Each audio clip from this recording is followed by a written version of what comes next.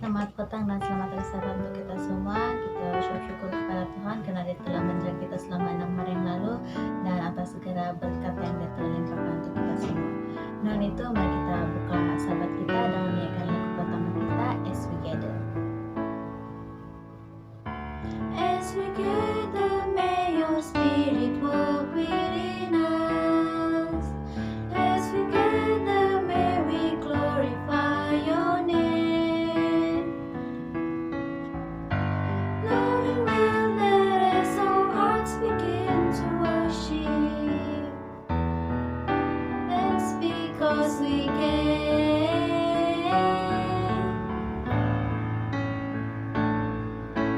Steadfast love of the Lord never ceases. His mercies never come to an end. They are new every morning, and is thy faithfulness, O Lord. Great is thy faithfulness. As we gather, may your spirit work within us. As we gather, may we glorify your name. Knowing well that as our hearts begin to worship, we'll be blessed because we can. We'll be blessed because we can.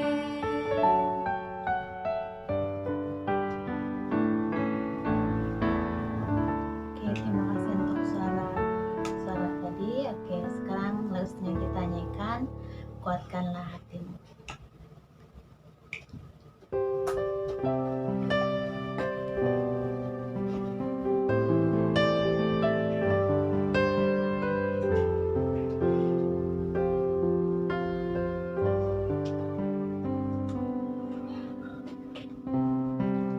Kuatkanlah hatimu, lewati setiap persoalan. Tuhan Yesus selalu menopangmu. Jangan berhenti harap padanya. Tuhan pasti sanggup.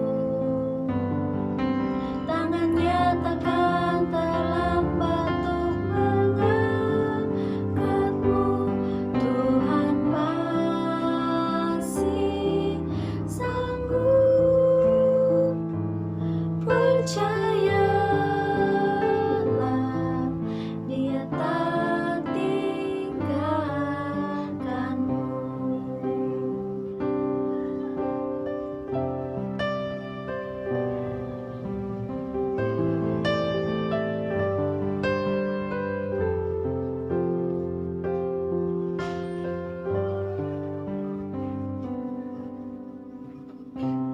Kuatkanlah hatimu, lewati setiap persoalan. Tuhan Yesus selalu menopangmu. Jangan berhenti harap padanya. Pasti sanggup. Tangannya takkan terlambat untuk mengangkatmu. Tuhan masih sanggup. Percayalah, Dia tak tinggalkanmu.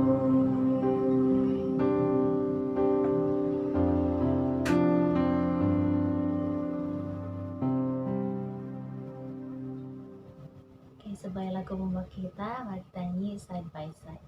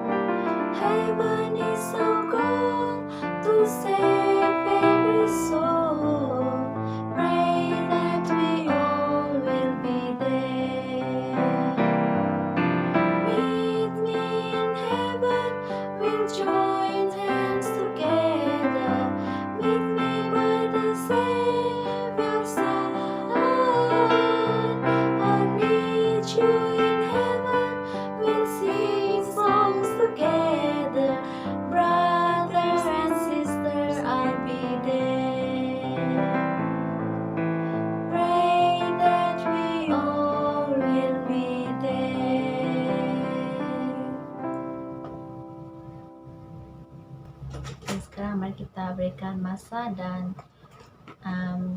telinga kita kepada saudara Reza. Shalom saudara yang kekasih. Hari ini saya akan berkongsikan satu firman Tuhan, renungan pendek untuk kita yang bertajuk Tenanglah Jiwaku ataupun It is Well with My Soul. Jadi ayat daripada inti renungan kita hari ini dapat di 1 Petrus 4 ayat 19. Mari kita buka. 1 Petrus 4 ayat 19 mengatakan bahwa karena itu baiklah juga mereka yang harus menderita karena kehendak Allah, menyerahkan jiwanya dengan selalu berbuat baik kepada Pencipta yang setia. Untuk renungan kita pada hari ini, saya ingin mengongsikan satu kisah pengalaman daripada seorang lelaki yang bernama Horatio G. Spafford, ataupun lebih terkenal dengan nama Horatio. Horatio ini merupakan seorang usahawan di kota Chicago. Beliau mempunyai seorang istri dan 5 orang anak. Namun, anak yang lelaki mereka meninggal dunia akibat penyakit pneumonia pada usia yang masih muda. Dan pada tahun yang sama, bisnes yang beliau kerjakan hancur lebur akibat daripada kebakaran yang besar yang berlaku di kota Chicago tersebut. Semua asetnya hancur, semua perusahaannya hancur akibat daripada kebakaran tersebut. Jadi untuk menguatkan keluarga ini, Horatio bercadang untuk membawa anak dan istrinya, termasuk dia sekali, untuk menyertai satu aktiviti kebangunan rohani yang dipimpin oleh D.L. Moody, yaitu seorang evangelis yang cukup terkenal pada ketika itu. Namun, pada saat akhir, si Horatio tidak dapat menyertai mereka serentak karena ada urusan dengan bisnisnya yang belum langsai pada ketika itu. Namun, dia mengatakan pada istrinya, kalian pergi dulu, then I will meet you shortly. I will meet you shortly. Dia bilang begitu. Tempat untuk aktiviti kebangunan rohani tersebut sangat jauh daripada rumah mereka. Mereka harus melintasi lautan Atlantik untuk pergi ke sana. Jadi, dalam masa itu, istri si Horatio dan anaknya pergi duluan menggunakan kapal tersebut, menyeberangi lautan Atlantik, dan malang tidak berbau. Kapal yang mereka gunakan itu melanggar kapal yang lain, dan akibatnya kapal tersebut karam di dasar lautan. Namun, istri Horatio yaitu Anna selamat. Dan dia mengirimkan satu pesan dari telegram dengan menulis 2 perkataan ini. Save alone. Save alone. Cuma dia yang selamat. Keempat-empat anaknya mati di dasar laut. Sedih bukan? Ketika Horatio menerima berita ini, hatinya sangat hancur. Dengan hati yang hancur, Horatio berlayar untuk bertemu dengan istrinya yang sedang berduka, melihat kematian kesemua anak-anak mereka. Saat si Horatio melintasi di mana tempat anaknya mati, anaknya karam, dia melihat ke dasar laut yang terbentang luas dengan hati yang begitu hancur. Dalam kejadian itu, dia menulis kata-kata ini. When peace like a river attended my way, when sorrow like sea billows roll, whatever my Lord thou hast taught me to say, it is well with my soul. Tenanglah tenanglah jiwaku. Mari kita renungkan ayat tadi, yaitu di 1 Petrus 4 ayat 19. Saya baca sekali lagi saudara. Karena itu, baiklah juga mereka yang harus menderita karena kehendak Allah, menyerahkan jiwanya dengan selalu berbuat baik kepada Pencipta yang setia. Allah kita itu Allah yang sungguh setia kepada kita. Namun setiakah kita kepada Tuhan, kepada Yesus yang kita sembah, yang telah menebus kita di kayu salib? Jika kita berdepan dengan situasi yang sungguh tragik dalam hidup kita, sungguh sadis dalam hidup kita, serahlah kepada Tuhan. Karena dialah satu-satunya jawaban untuk melangsaikan masalah kita. Dan jika kita mempunyai iman yang kuat, yang kukuh, kita akan mampu untuk berkata seperti Horatio, "Whatever my Lord, thou hast taught me to say, it is well with my soul." Dengan iman, cuma dengan iman dan percaya pada Yesus, kita akan mempunyai satu kekuatan seperti Horatio. Ini kesaksian yang sangat luar biasa, yang sungguh luar biasa, sehingga lagunya dinyanyikan di gereja-gereja berbagai denominasi. Karena imannya yang membuahkan hasil. Karena imannya yang membuatkan kita hari ini mengenang akan indahnya Tuhan yang kita sembah, yaitu Yesus Kristus, yang telah mati di kayu salib untuk menebus dosa kita semua. Yesus telah menebus semua kesilapan, semua kegelapan yang ada dalam kita. Jadi kita sebagai umat Tuhan, berimanlah kepada Yesus. Datang kepada Yesus. Karena Yesus mengatakan bahwa datanglah kepadaku, hai yang letih lesu, aku akan memberikan kelegaan bagimu. Ini kata-kata Yesus.